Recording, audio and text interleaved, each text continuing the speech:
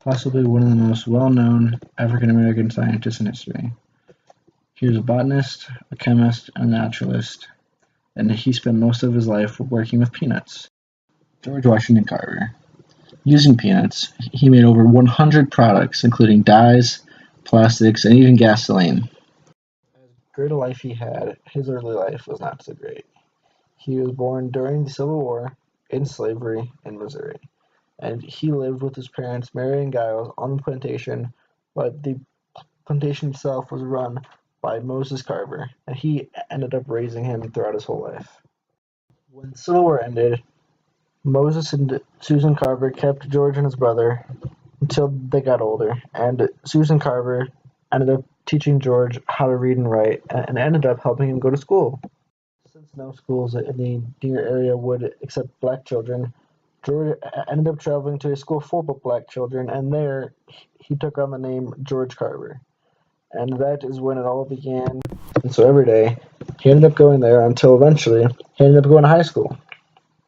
Where there, he did graduate and was allowed to stay there all 4 years. And then after that, he figured he should probably try to go to college. However, Carver soon realized that getting in college was a little harder than he thought. He applied to Highland College, and he was accepted. However, later, they found out that he was an African American, and then told him that he could no longer come to their school.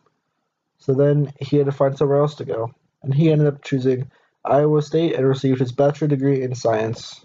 Using this degree, he got a good rep as a botanist, and ended up becoming a teacher at the Tuskegee Institute, where he would always teach the man farthest down, and he would teach practical methods like caching crops, crop rotation, and all sorts of things like that. Carver loved teaching so much that one of his main ways of teaching was going mobile. In doing this, he made something called the Jessup wagon, and it looked something like this.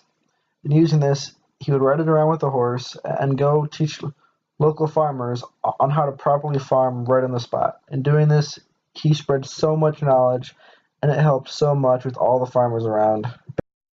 But now, it's time to focus on more of what he did by himself. He focused on crops like peanuts, sweet potatoes, soybeans, and pecans. But his main thing was peanuts.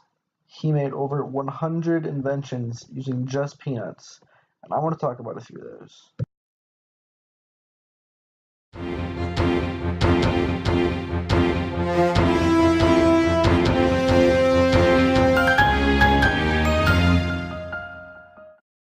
Well, now that that's settled, and I seem to have gotten your attention back, we can now talk about what he actually made. A few of them are plastics, paints, dyes, and gasoline. And these four, they all came from just using peanuts. So that's pretty impressive. And other than just doing stuff with peanuts, he also had a huge effect in government. In 1922, he testified to get a peanut tariff passed to help raise the prices on it. That way, farmers can make more money. And it did end up passing. So I'd say he had a pretty big effect all across the board with things he did involving science with peanuts. Not only was the government that advised on agriculture, Carver even talked to Gandhi about certain things and helped him make his way through whatever was needed for his agriculture. At this point, Carver had national attention.